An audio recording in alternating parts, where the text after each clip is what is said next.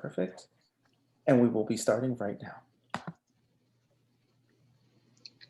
Hello, everybody. Welcome. And thank you for joining us today. We are here with the New Jersey Economic Development Authority talking about phase 3 of the CARES Act grant money that is now available to micro businesses, dining facilities, and also other small businesses. So we wanted to just give you this webinar. The New Jersey EDA is here to host and to explain an overview to you, and then also answer questions that you may have. So I'd like to, at this time, I'm not sure how many people are on board with us yet. I think you may still be coming into the meeting. We're going to try to do this within an hour's time. And once again, if you have any other questions after this meeting is over, we will have a recording of this we can send out to you. And we also, you can reach out to our office anytime at the county and ask me for any kind of follow-up information that you may need, okay? So we're just here to help and support, and good luck to everybody. I want to I'd like to give a shout out to Medina and to Nicole, who've been working tirelessly to help with the PR and the communications for these grants for the NJEDA.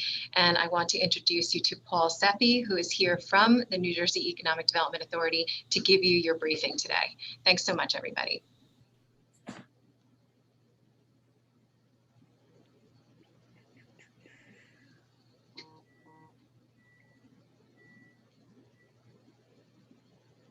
I'm trying to get this. Hold on. All right. Good afternoon, everyone. Do you see? What do you see, Medina? Do you see the? So we don't see the screen just yet, Paul. You don't see anything yet, huh?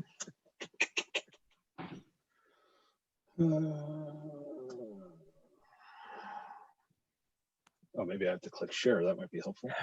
We see it now, and just enter into presentation mode. Great. Thank you. Apologize for the technical difficulties, folks. And then, Paul, if you could just go to display settings and then hit swap presenter view and slideshow. Perfect. You are all set now, sir. Excellent. Thank you. Dana, thank you so much for allowing the opportunity to share with your Ocean County constituent base the program that's available, or most recent program available through the EDA. And certainly Medina and Nicole, we truly appreciate your efforts in trying to get the word out, because without assistance from you folks, I'd be talking to myself right now more than usual. A little bit of a snapshot of some of the activity that's happened over the past several months that the EDA has assisted. All in, it's about 21,000 businesses. A lot of effort have gone on through direct assistance through the EDA, a lot of partnerships with other lending institutions and advisory services folks to help businesses get through this pandemic. As you'll see the breakdown here in regards to what we've been able to do and assist companies and the business marketplace. As I said, 21,000 businesses served, over $76 million worth of assistance. That's in addition to other monies that have been leveraged through some of those partnerships, which is nice. Part of the effort through the grant program, at least through phase 2, and it has continued in through phase 3 and other funding programs that the EDA has offered, is reaching folks that we hadn't historically done on a regular basis. And getting into some communities that really need some assistance. Every aspect of the business community does need assistance at this point. And then there's a level of folks that just historically had not been, or had historically been underserved. And we're making a conscious effort to try to reach out to those folks. As you'll see, some of the activity that's gone on over the past 2 to 3 months as phase 2 has gone through its processes, and will continue as we look to go forward into phase 3. The key aspect of things to know, if you get anything out of this conversation that we have over the next several minutes, there's 2 things to remember. If you want to apply for grant, phase 3 of the grant program, you need to pre-register. That pre-registration needs to be completed by October 27th at 5 p.m. If you don't pre-register, you're ineligible to apply for the program. So that is key to get that pre-registration done. I'll be honest and candid with you. We opened up the registration process earlier this week. Had a couple of technical difficulties given the amount of response we've gotten thus far. I would say do it off business hours if you can. You know, as you're watching a debate tonight, if you can pre-register at 9:30 or 10 o'clock at night when the system is not as busy or active, it might be best. But what will happen as part of that process or registration process, you'll receive additional information that you'll have to certify what your email was or confirm your email, just as you do a lot of other things when you look to certify when you go to open a credit card, you open up another account.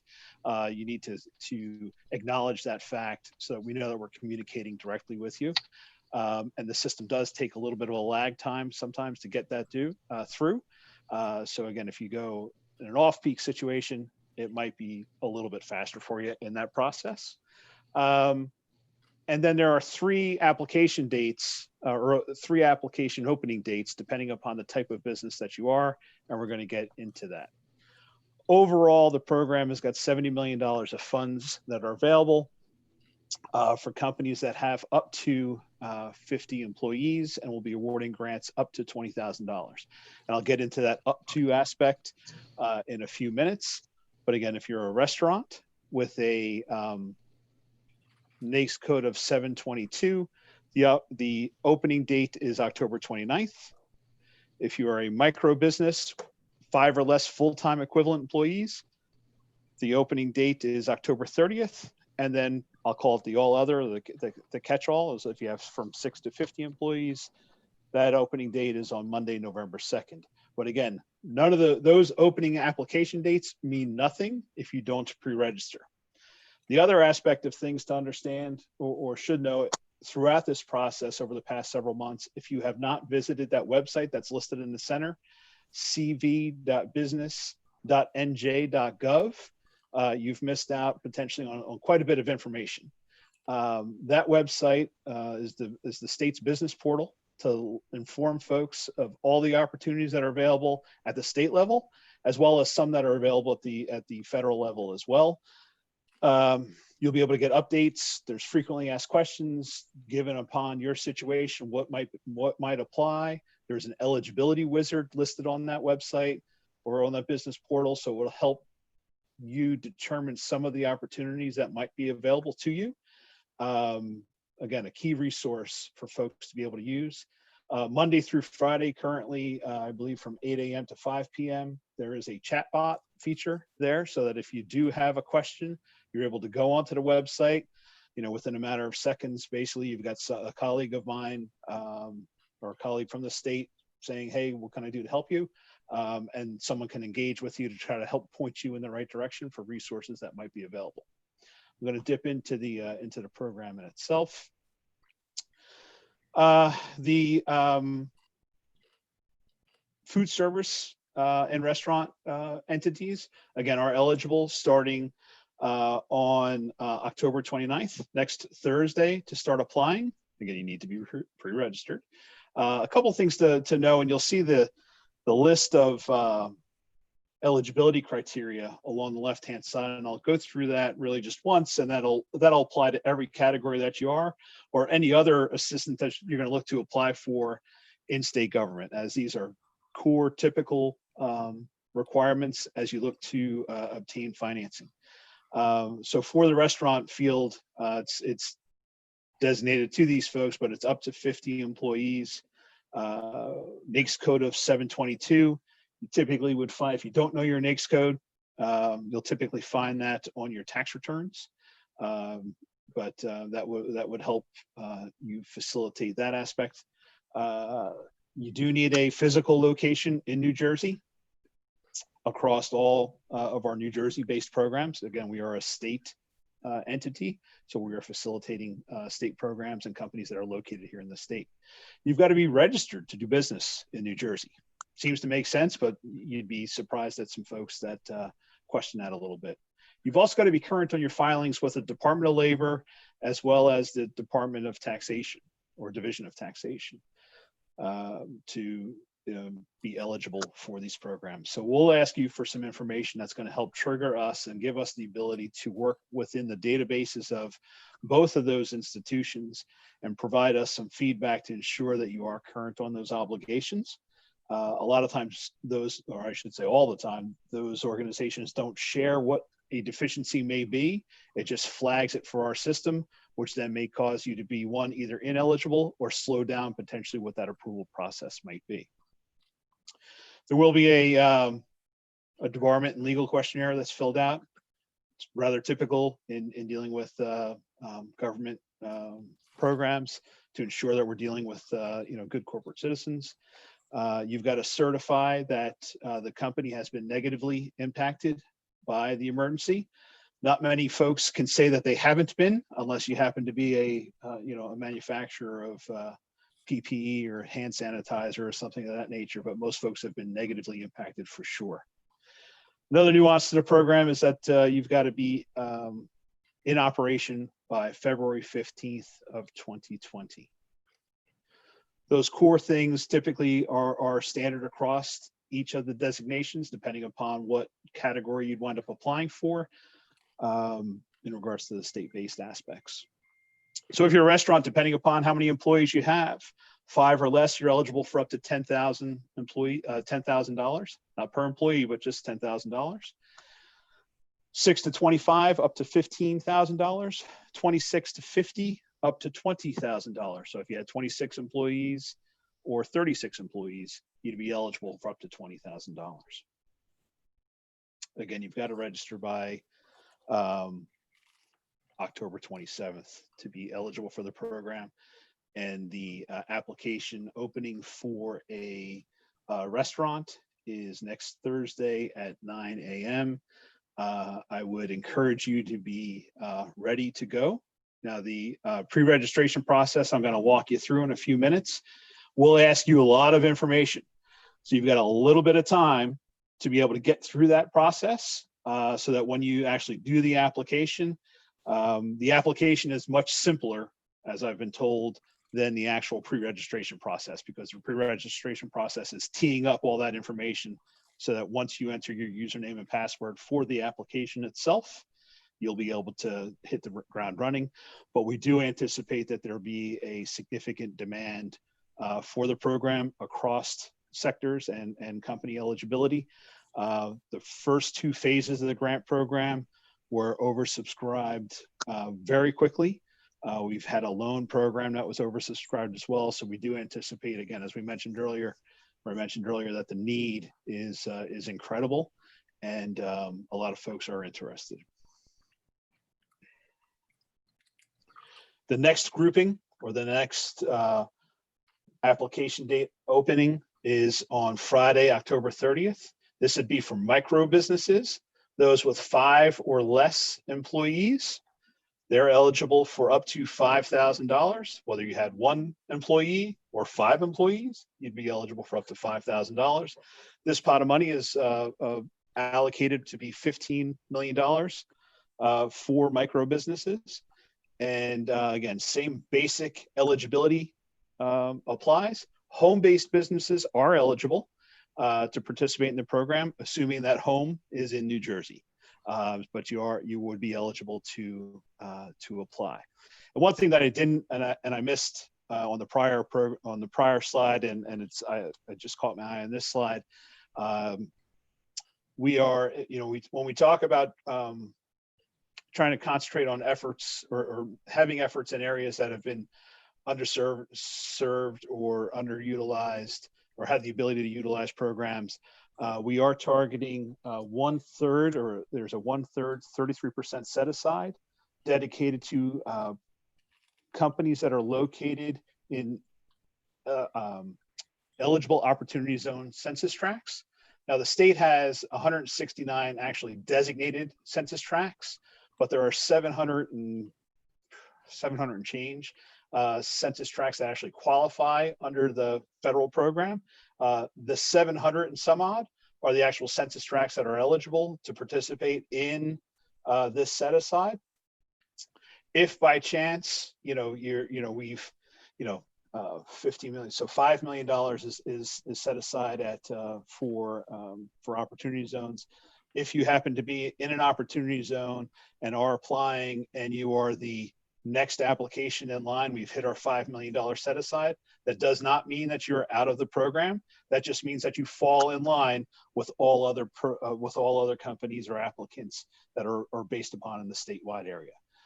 So the system will track the time of will basically or essentially timestamp the applications as they come in, because the application itself is on a first come first served basis. The registration is not. So folks that have already registered or pre-registered, they started on Monday and they've got their ticket and their username and everything that's figured out. That's great. They do not have an advantage over anybody that registers today, tomorrow, or over the weekend. It's all about the actual opening time of the application availability. Then we've got the catch-all, all others. You're not a restaurant, you're not a micro business, but you've got between 6 and 50 employees. That palette of funds is $20 million. Again, 1/3 of that set aside to opportunity zone eligible census tracts. It's for employees or companies that have for between 6 and 50 employees can receive up to a $50,000 grant. Again, core eligibility applies. From 6 to 25, you're eligible for up to $10,000. 26 to 50, up to $15,000. Again, I can't stress enough. I did a webinar yesterday, 2 days ago, and you'd think I got a commission for the number of times that I said you need to pre-register by the 27th at 5 p.m. That is a hard set number so that folks can start some of the preliminary testing and cross-referencing with the databases of the respective programs. The accelerated process here as it relates to the CARES program. That's what this funding in itself is done through the federal program. The money needs to be dispersed before December, before the end of December. So there is a heightened level of urgency in trying to get some of the money out onto the street. And that's the two-step process that we've done here, so we can do some of that preliminary work ahead of time, save the folks or the applicants a little bit of anxiety, so that they can get some of that information gathered together. I'll say at their leisure, provided start the pre-registration process at 4:45 on Tuesday. But we certainly encourage you to do it as soon as possible. Again, I mentioned that we are focusing on serving folks that have historically been underserved. Okay, talked about the census tract or the opportunity zone set aside. The EDA has also contracted with folks to provide translation services and talk to folks to help them understand what the application is. We do or will have the application available in not just English, but in Spanish. And if it turns out that folks need assistance beyond that with the languages listed on the slide, we can certainly have some folks contact you to be able to provide that information.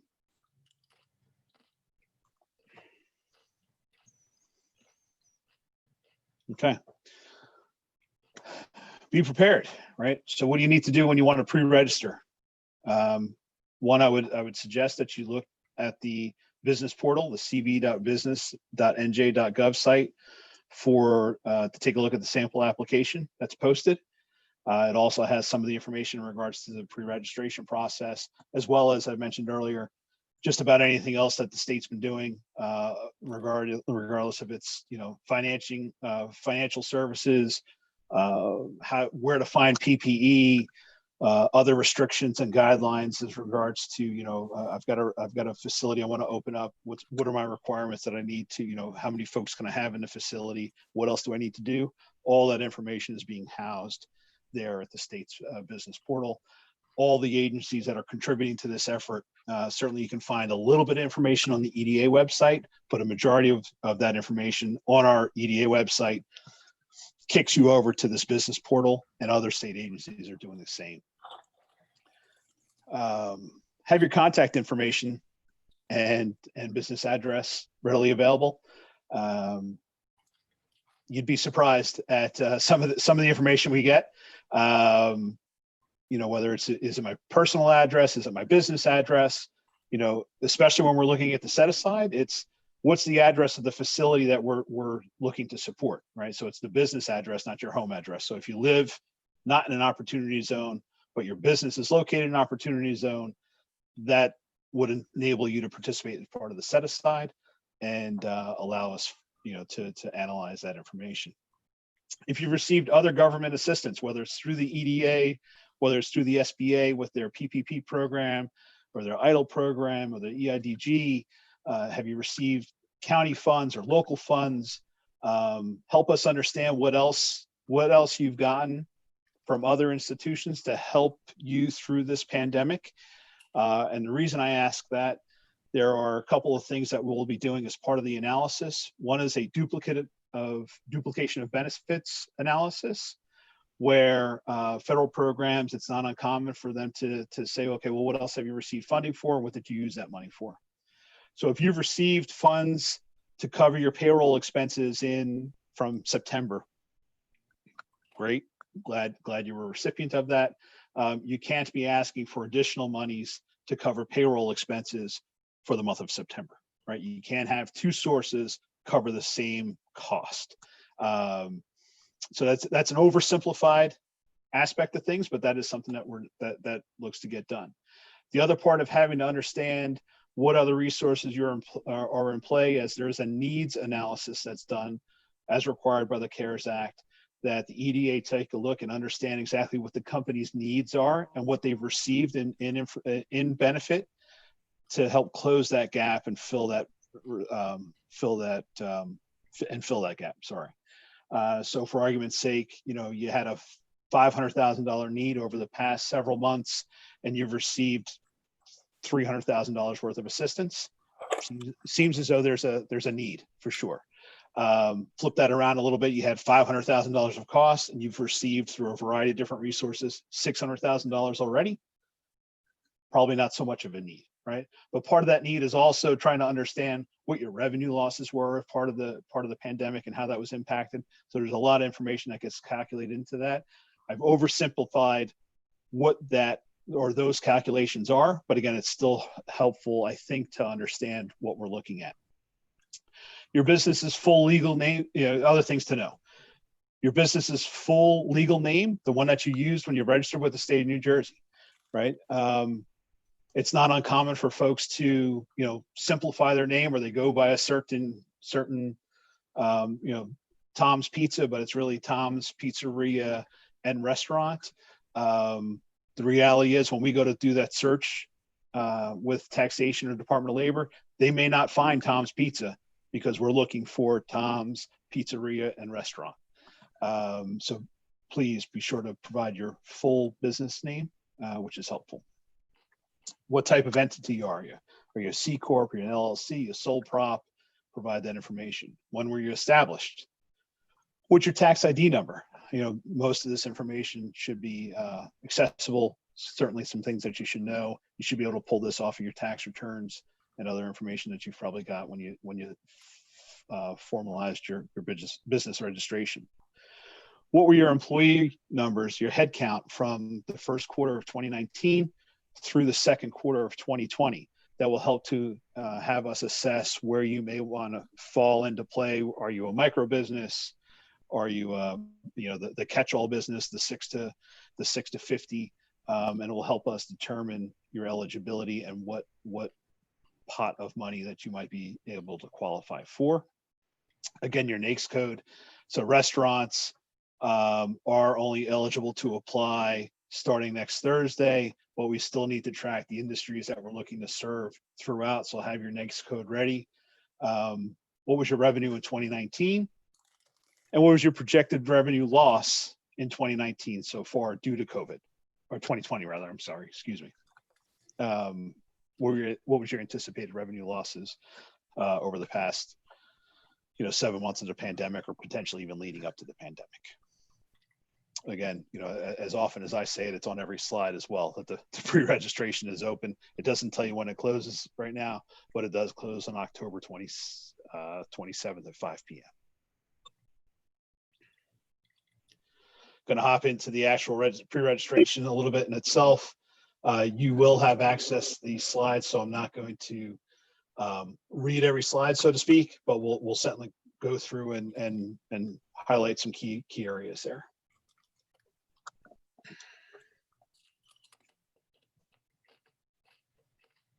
Again, as you look to create your username and password, you'll provide your email address, confirm what your password is going to be. You'll ultimately get sent a confirmation email. You'll then provide additional information as it relates to the organization name, your contact info, who's the primary contact of the application. We have had a couple of situations where, yes, the CEO or the president of the company certainly has an important role in the organization, but they may have designated someone to be the primary contact to handle this application. We're going to need to understand exactly who we're dealing with. Right. And Medina, I believe that we're going to share, we've probably shared already the information, but certainly it'll be part of the video.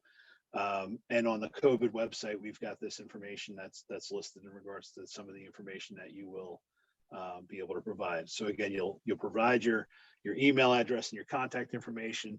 You'll confirm your email address, and then that will enable you to continue on and start to enter in the information related to your company, what the ultimate ask winds up being.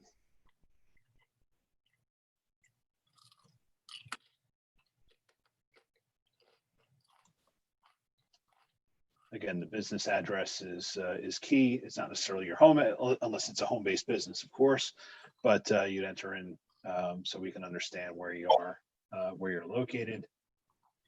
Whether you're established, are you still operating?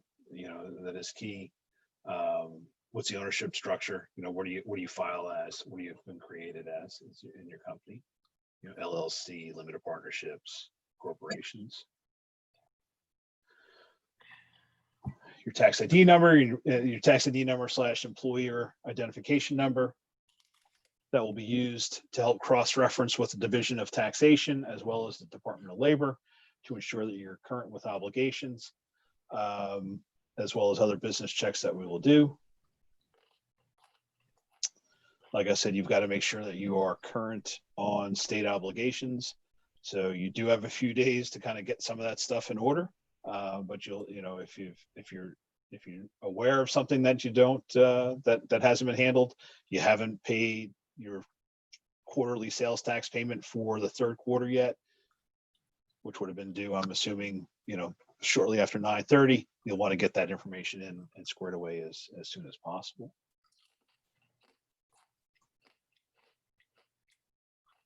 Talk to us a little bit about your employee base. What are your full-time employees? What are your part-time employees? Do you have seasonal folks? Do you have independent contractors that you employ for, again, depending upon the entity and your organization, there may be a variety of different ways that you employ folks. What was your 2019 total revenue? You filed your business tax returns for the past couple of years. Now, some folks, depending upon how you're set up organizationally, you may not file business tax returns. You may ultimately be asked to provide at some point your personal tax returns with the appropriate schedules that reflect your business activity, right? Whether it's a Schedule C or the 1120 or other documentation that'll help identify that information. Optional page here, what do you self-identify as? Are you a minority-owned business, a woman-owned business, veteran-owned, disabled-owned? You don't want to identify is fine as well. Certainly, if you've got more than one and qualify for more than one of those criteria, by all means you can. That's more statistical data for us to understand, so we can see if we're actually servicing the folks that we're looking to service as well. But again, if you don't want to select that, it's again optional at your choice. The NAICS code, again, having that information handy as you look to go through the pre-registration process will be helpful. Prior recipients, let me touch base. I think we'll get into prior stuff pretty soon. Even if you've received a grant in phase 1 or phase 2, or a loan in phase 1, or a phase 1 loan through the EDA, you will still need to pre-register for the phase 3 grant program. Your prior experience thus far does not give you an automatic pass to be able to apply for the program. You will need to pre-register for this phase 3.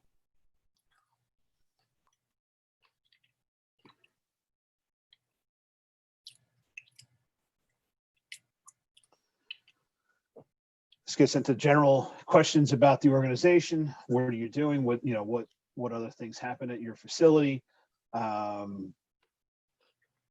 You're an outdoor storage facility. Are you doing, adult activities, services, etc.? There are some limitations in regards to some of the companies that we are unable to impact. Those companies typically understand that. But again, we're looking that over on an overall basis to ensure that we're dealing with folks that we're able to do. As part of the application process, or pre-registration process, I should say, you've got to certify that everything that you've provided is factual and true as part of that process, and that you are authorized to submit this application and be part of the application process. To get a confirmation that your pre-registration has been submitted, you'll receive a pre-registration number, and it'll confirm with you the email that everything will be sent to. We did have a situation the other day that, as it's not uncommon for people to have multiple email addresses, and the gentleman had submitted his wrong email address for the business compared to what his personal email address was. So again, be careful about the information that you're submitting, so that when you go to re-register or submit your application, you'll understand which email and which information you should be providing.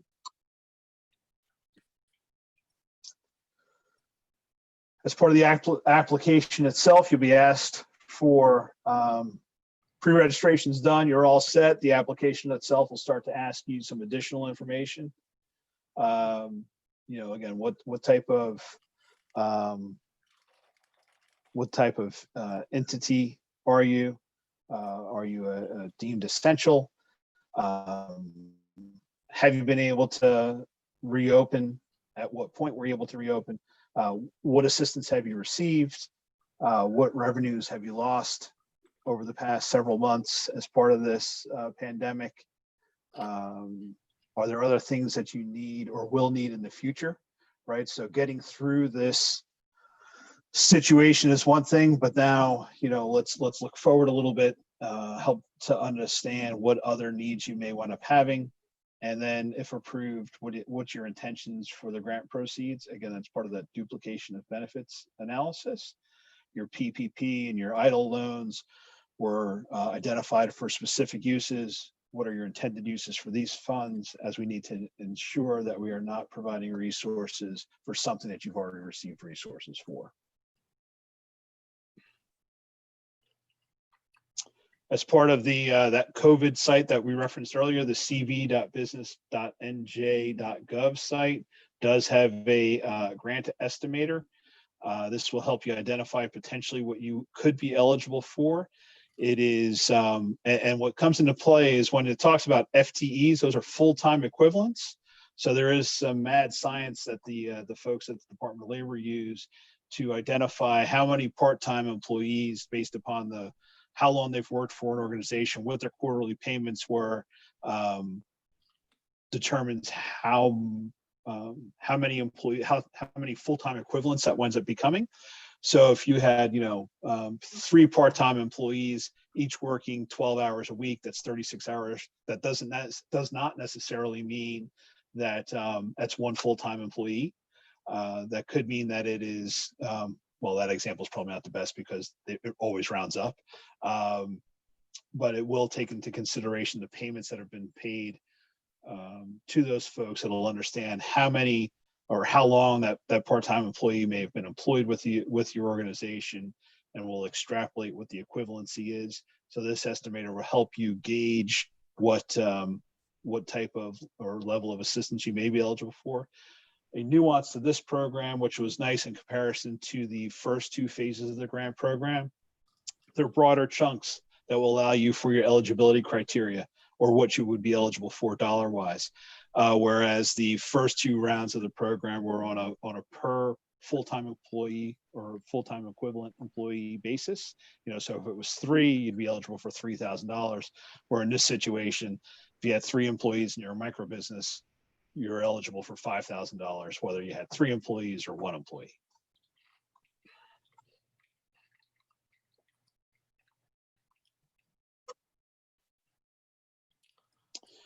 So as we talk about companies that are reopening or have opened, what is the plan, right? They need to ensure the safety of their employees, ensure the safety of their clientele, depending again what kind of business you operate, and folks need to acquire personal protection equipment, PPE, whether it's plexiglass shields, gloves, hand sanitizers, thermal imaging equipment, so that you understand, the folks that are walking in and out of your facility, that they don't exceed, 100-degree temperature, and other things that'll need.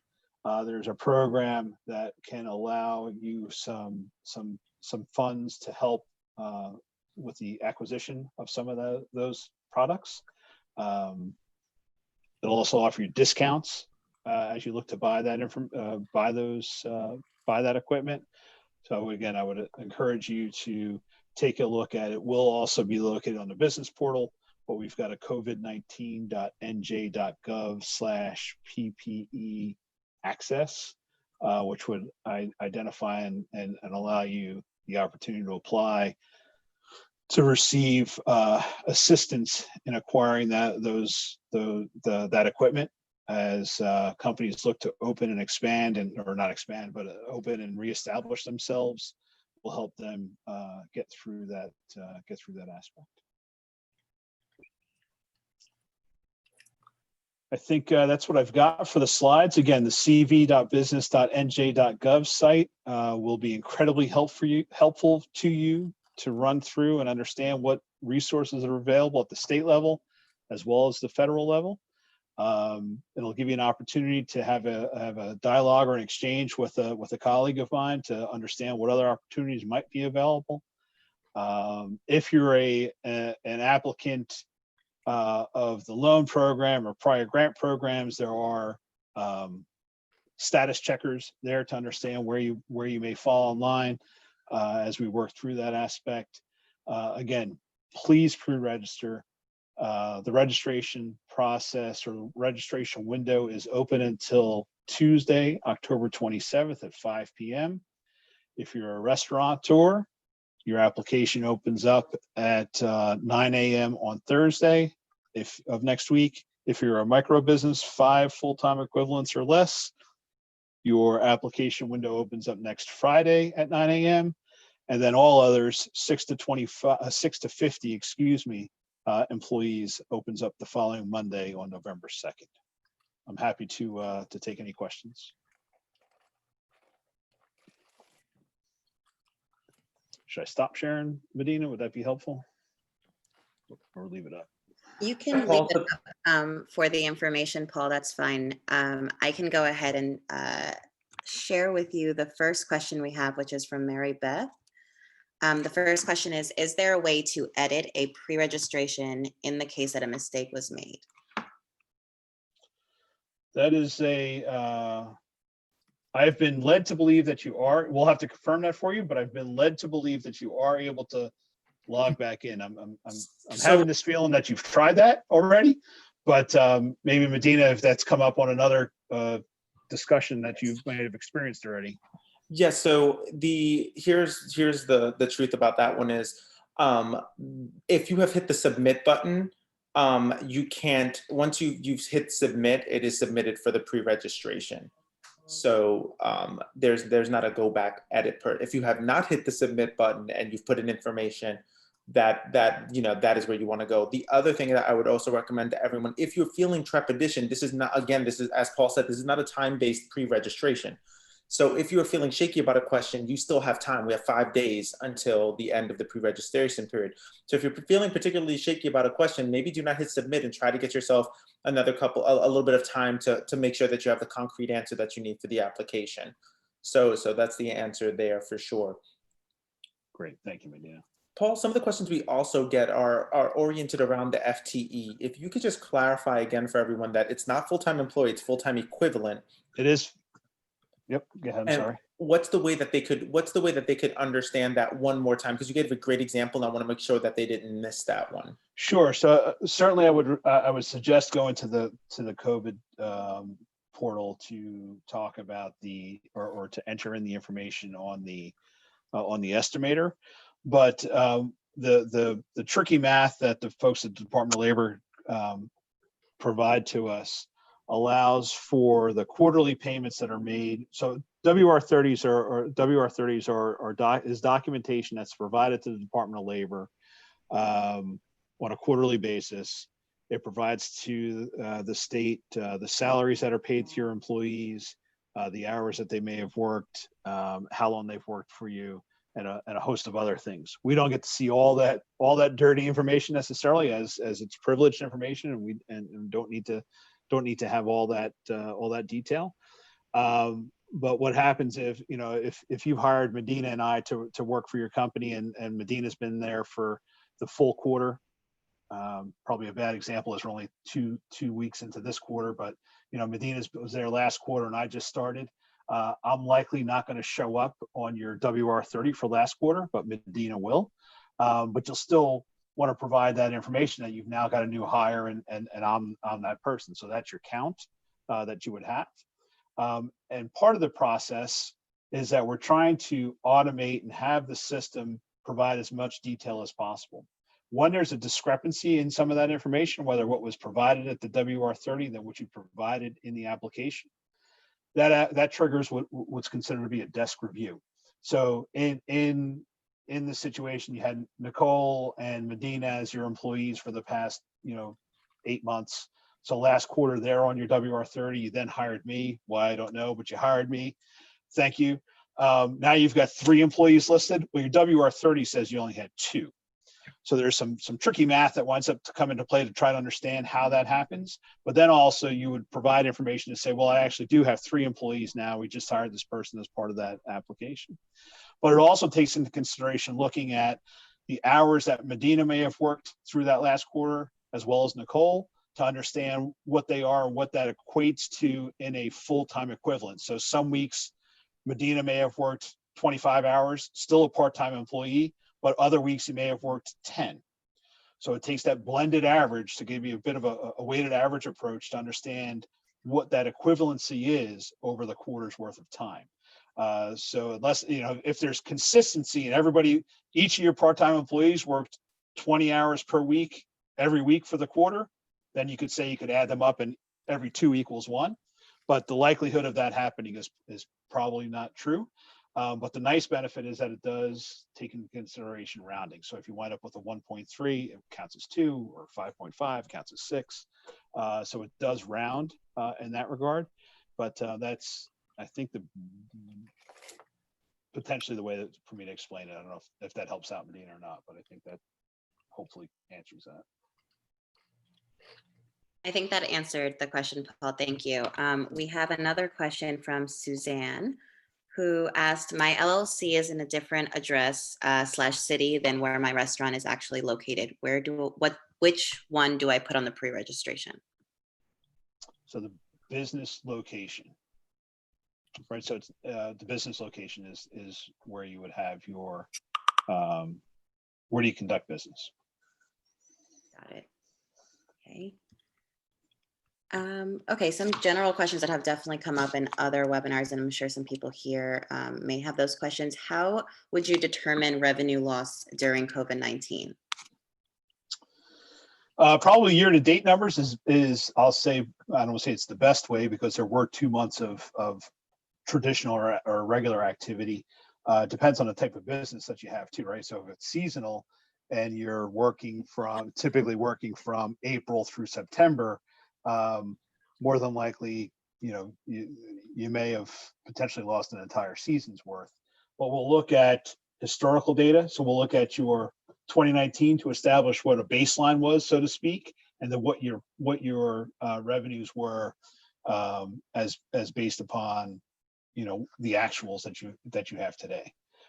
So if in 2019 up until October, what are we at, October 22nd, 23rd, whatever it is, your revenues were $400,000, but because of the impact in 2019, but in 2020 your revenues are now $150,000, your anticipated revenue loss is $250 in that, again, simplified example. Great. We had a follow-up question from Mary Beth about what you were previously talking about. Would you change the entity from a micro business to a small business once you receive the information from labor? Would that happen? So the problem what may happen there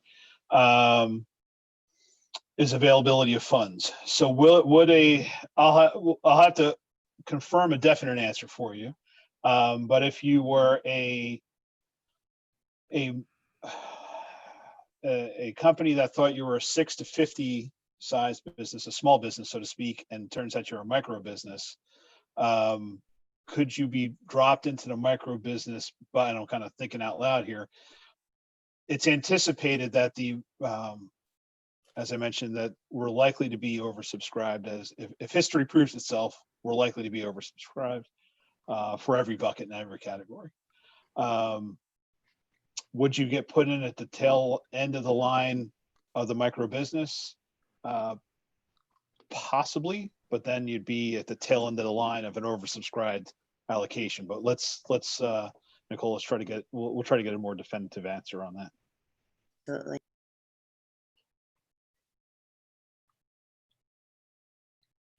Okay, so we have 2 more questions that are in our Q&A. Where would a nonprofit fit in to apply if they have a large pantry? And I'm sorry, Christy, not sure. I'm sorry, Paul, do you understand what that means by a large pantry? I'm thinking maybe it's like a food pantry type of situation potentially, but it's about your employee base, right? So I don't, my guess is a nonprofit still has a NAICS code, depending upon would have a NAICS code depending upon what they serve. Now they're not a restaurant. I'm imagining it's not a restaurant. Or a food service provider. They may be So I'm getting some clarity as he's coming in. So it is a nonprofit that offers food services. Therefore, would they apply with a restaurant, or in what bucket or what application date would they apply as a nonprofit that offers food services? Right. So I would ask what NAICS code they fall under. Right. So nonprofits still have NAICS codes, I believe.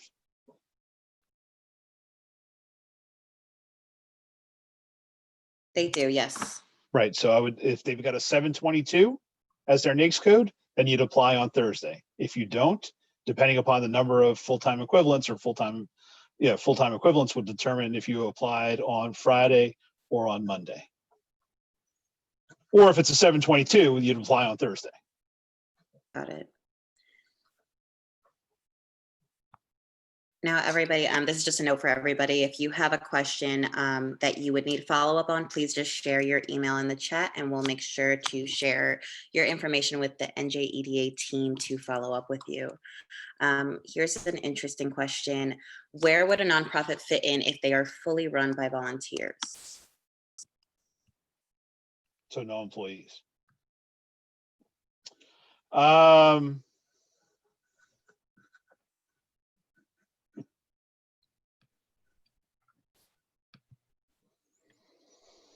No palladium. Off the cuff, I'm thinking it's more of a micro business, assuming it's not a 722 again. It's likely a micro business if they don't have employees. We can confirm that, but that would be my interpretation. I think you might be right on there, Paul. And maybe another way to do that is we will drop the number.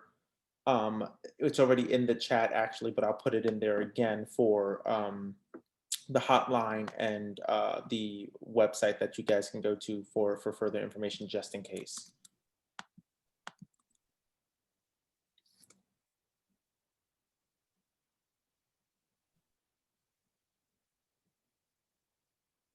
Perfect. Were there other questions there, Nicole?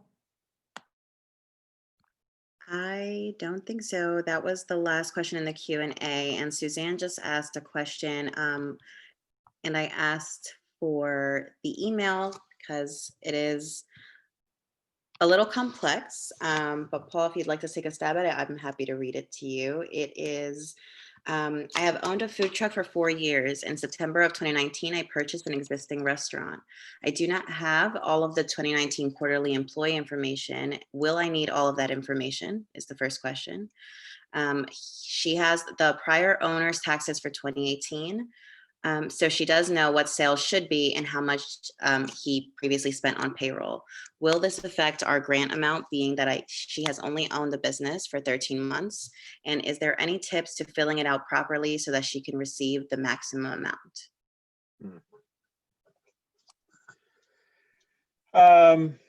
Well, the good news is that you're likely still eligible to apply, right? So you've had it for 13 months, so you're in operation before February 15th of 2020. Some of that other documentation that might be a bit gaps in the information is probably going to require a desk review. So as I mentioned, the folks are trying to ideally automate the information or the systems as best possible as we work through the funding. It sounds as though it'll likely trigger a desk review for some folks to take a closer look at information to understand exactly what's going on. The best I could say is to have that information accessible and ready, provide the documentation that you have or information that you have, and have copies of that information to share when the time comes, when and if someone asks for it. As I understand it, there'll be short time frames. In the event it comes to something like that, there's going to be short time frames for folks to respond and provide additional information. But it is a interesting case for sure. Definitely. All right, Paul, I think that was all of the questions for now. If anybody has any follow-ups, I think that was it in the Q&A. And looking at this, I think that was it for us. So Paul, if you want to close us up, if there's anything else you want to add, and Dana as well.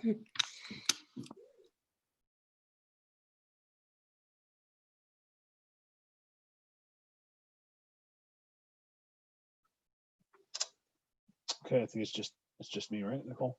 Again, thanks for taking the time today to listen and see what the opportunity is available through the EDA. Again, I'd encourage you to take a look at the business portal site at cv.business.nj.gov for all information regarding that. I'm hopeful that this information provided you some guidance and some insight onto things. I wish you luck in the application. Again, the registration is open through Tuesday, October 27th at 5 p.m. And pull the information as best possible to submit. And I wish you luck. I think I'm done. Thanks so much, Paul. I think that is it for us as well. So thank you so much, everybody, for joining us. If you dropped your email or had a question, we will send that over to the NJEDA team. If there was anything else, we also dropped the hotline number that you can call, and definitely visit that resource page for a lot of questions that you might have that would have answers up there. Thank you, guys. That's it for us. Thanks so much, Paul. Great. Thank you. Bye-bye.